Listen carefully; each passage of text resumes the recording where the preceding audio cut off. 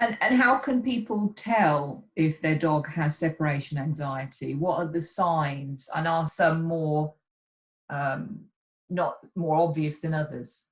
Oh no, there are. I mean, there's extreme signs, but again, we have to pick apart. Is this because the dog has nothing else to do? Are they bored? So it could be that they're just destroying things in the house, for example, because they've got nothing else to do. Okay, so if I could just stop you there.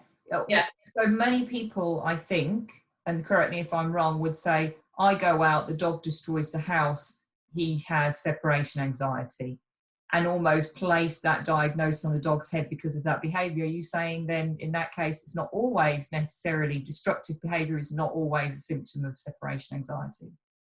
No, not always. No, I mean, not every dog is destructive when they're suffering from an attachment issue. But what you'd more likely see is that they would destroy the points of exit. So they might be around, a doorway or something like that, or digging at a wall, or to try and get from one room to another. And I've seen substantial damage from dogs that have tried to get out the door, or sometimes around windows. But equally, you could have a dog that has seen someone walk past a window and got very excitable and ripped at the curtains because someone's walking by. So what we normally do in my job is we sort of talk about all of the different signs that the owner has spotted.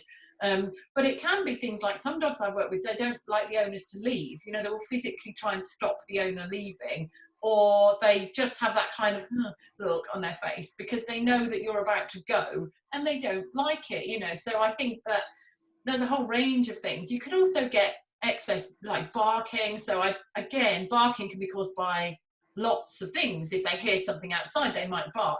But if they're barking and howling and barking and howling because they're on their own, then you might well think, oh, that's to do with the fact that I'm not here, rather than just they've been activated by the bins being picked up or whatever. So what we try and do is we don't just say this dog has separation anxiety. We say, is it isolation distress? So is the dog bored and got nothing better to do, so they're just chewing? Or is the dog really anxious and upset the minute you've gone because they can't then comfort themselves, and what they need for comfort is your company or some form of company. So we have to be a little bit careful, because if we got that wrong and we then try and do things to help, we might not do the right things.